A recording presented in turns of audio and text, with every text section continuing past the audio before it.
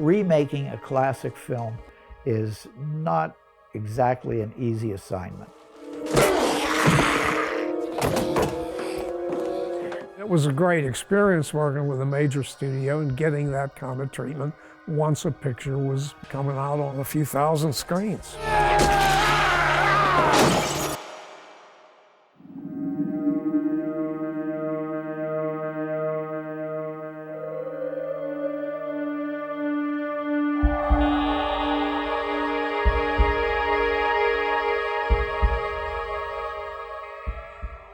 After Night of the Living Dead, we had a fame that we didn't think we were ever going to have with that first picture, but it was known all over the place. We considered ourselves to be filmmakers, not necessarily horror filmmakers, just good filmmakers. We really didn't want to get pigeonholed into horror. As a matter of fact, the second film that we did together was a film called There's Always Vanilla, which was a young love story trying to break away from getting pigeonholed into the horror genre. We didn't want to get pigeonholed right out of the gate, which might have been a mistake financially, because the people that allow themselves to be pigeonholed usually go on and have a pretty good career, at least for a while. For George, who went on to do how many, horror, scary films, it's something that annoyed him throughout the years, that he never really got a sincere shot at doing much other than that. And he was certainly capable of doing a whole lot more. But Night of the Living Dead became part of our lives and our legacies. They're coming to get you, Barbara. Well, it was 1986, I think, and there have been a lot of remakes made. I don't remember exactly if The Thing was one of them, but it's one that pops into my head. And I thought that it was time to remake Night of the Living Dead by 1986. You know, it was almost 20 years old. You probably know that there were some copyright issues with the first film. And we naively thought that maybe if a remake was done by us, that in some left-handed way would help to shore up the original copyright, which it did not. But that we thought about it and talked about it, and it was one of the motivating factors to do it. There were a lot of distributors interested right away, and but then the interest kind of flaked away, and everybody wanted to see a script, and I was tied up with certain projects of my own, and George was tied up, and we were basically the two writers of the group then. And so nothing really got done until George's agent came up with an offer from 21st Century Films, which was run by Menachem Golan, his cousin, an Army artsy, and a fellow by the name of Mark Fisher.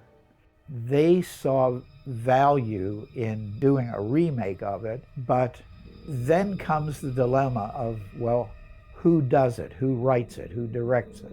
George suggested Tom Savini, and I had just directed Tom in my movie Heartstopper. That was something that George had already made a commitment, at least in his own mind, to Tom.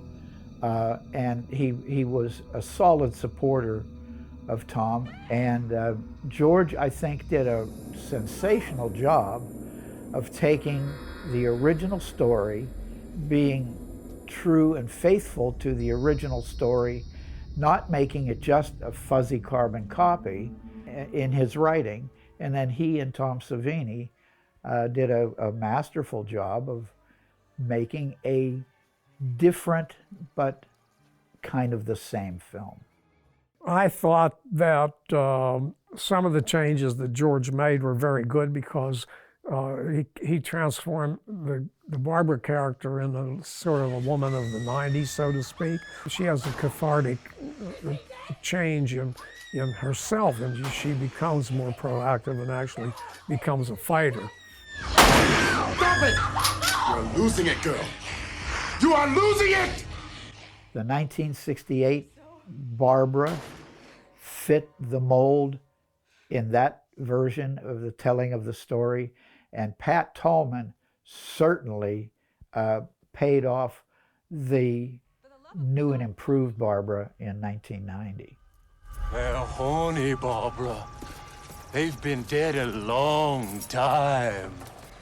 I enjoyed what he did. He took Johnny in a slightly different, for the short time he's part of the film, did a very wonderful job with it. And Bill Moseley and I have become friends over the years. And when we get together, there's more Johnnies than you can shake a stick at. There's no escape. No, Mother! When we started the remake, I said to George, I said, you know, we have to do something that is a tip of the hat to the fans of the original film.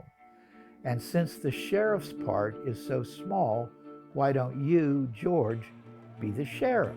And he agreed, and he was eager to do it until the day of filming. And whatever it was, I don't know if it was cold feet, I don't know if it was preoccupation, I don't know what it was, he backed out. He said, you be the sheriff. So I was expecting to stay completely behind the scenes in the remake, and all of a sudden I knew I had an eye patch and a cowboy hat on me, and a gun on my hip, and a vest over me, and I was the sheriff. So that was an improvisational role as much as anything. And I didn't have much difficulty remembering my lines because there was only one. Yeah, they're dead. They're all messed up. Are these things slow moving? Yeah, they're dead. They're all messed up. The advantage that we had in 1968 with our low budget Night of the Living Dead, we self-financed it.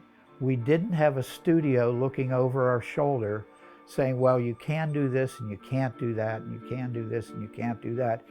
We were not encumbered by that. And Dwayne Jones got the role, the original role of Ben, because he was the best actor who auditioned for it.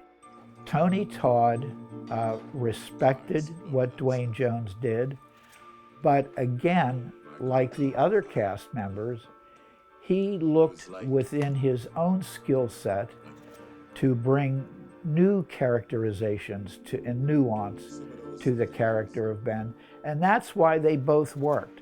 So he wasn't trying to mimic Dwayne Jones. He brought his own skill set to the party, and the results, I think, are quite evident. I saw one of those things take 30 hits and keep on coming. The damn thing had to be dead, but it kept on coming. The funny thing was, when I met Tony Todd, was the first day that he came onto the location, and he had just got off of a project I was involved with. I had written a script called Voodoo Dawn, and it was a lousy movie, but at least it had Tony Todd in it. And who knows, maybe that's why, part of the reason why he got cast for the remake. I was having a couple drinks with him at a convention. He said, that movie changed my life. And he said, and it's a good movie. Tom ended up doing a really very, very good job with it, even though it was his first time directing a feature film. He did have a lot of help with it, but a lot of the conception of it came from the script and from Tom's imagination interpreting that script.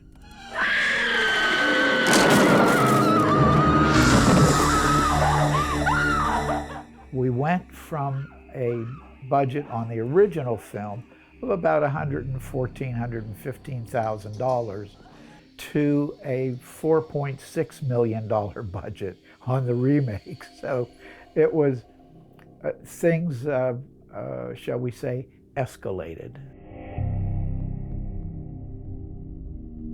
Tom Savini was bent on finding a farmhouse that looked like the original farmhouse.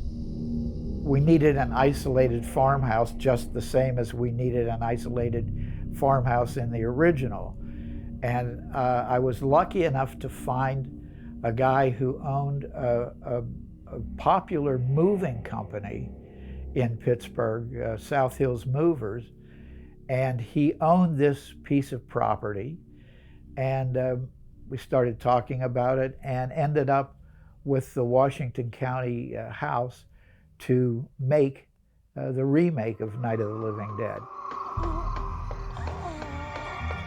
I seem to recall, I think it was about a 7-week shoot, and they were intense weeks. There was a lot accomplished. Hey, we're going upstairs for a minute. We're gonna leave the weapons there, all right? Well, we had the distinct advantage in the remake over the original film is we had Tom Dubinsky and his editing crew were cutting the film as we were shooting it. So we were getting, within 2 or 3 days, we were getting editorial feedback as to what was working, if something wasn't working. You didn't know where you were in the house. They'd run this way and they'd run that way and they'd run this way, and there was no sense of where's the kitchen, where's the dining room, where's the living room, where in the hell are they in this house? Finally, I said to George, you know, we have to fix this in such a way that people think that the living room is over here and the kitchen's over here, and the dining room is here, even if they aren't. And so that's what we did. We started thinking, what do we need for cutaways to fix the screen direction and give it a consistency? Anybody find any keys, hang on to them. The other thing I disagreed with was we had nice wide shots of the ghoul action and so on, and Georgia didn't use any of them in his talks with Tom Dubinsky. He scrapped them. I said, why are you doing that? We have these great shots. We made a big deal out of it. He said, well, you can't have that because there's 5 of them in one shot, and then there's 2 in another. George, they move. They walk. They shamble, but they walk. And if there's a time lapse, there can be 5 over here, and the next, there can be 2 over there. George didn't agree.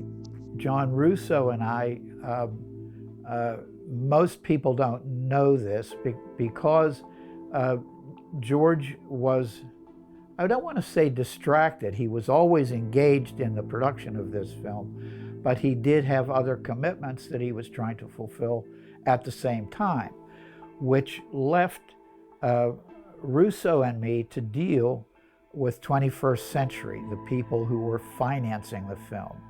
And I don't think it's much of a secret, at times, that road got very, very bumpy.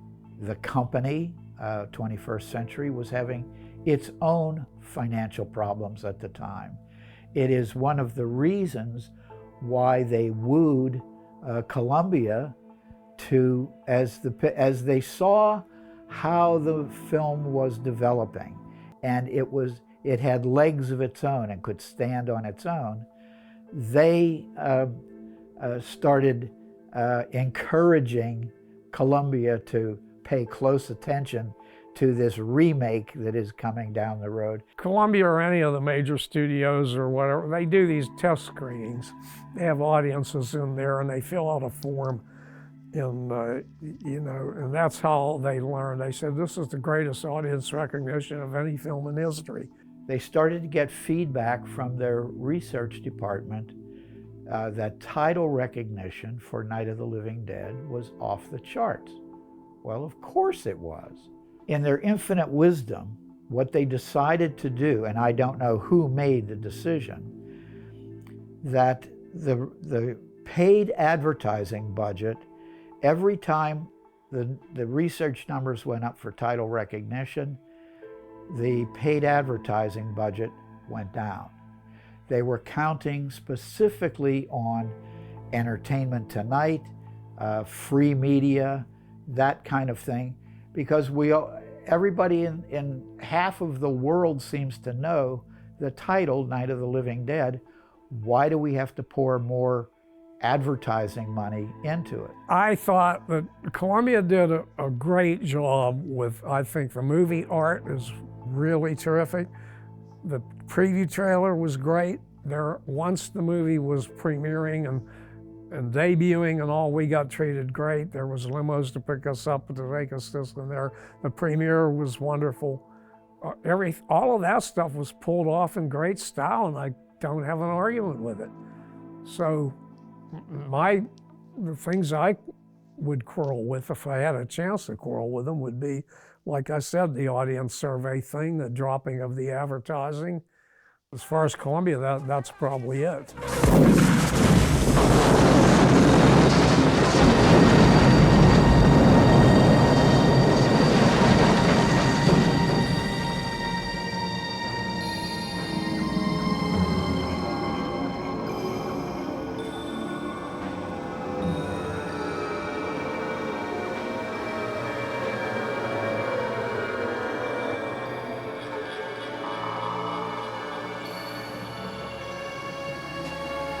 I watched it just recently.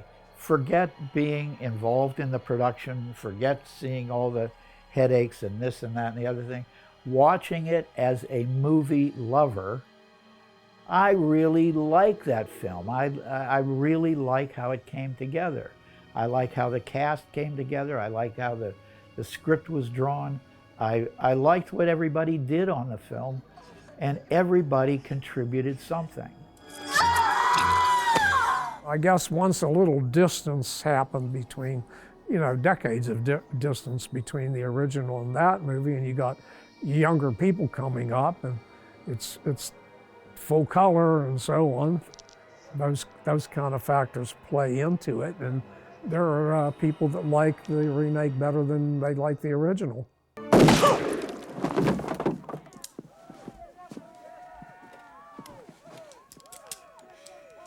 There's another one for the fire.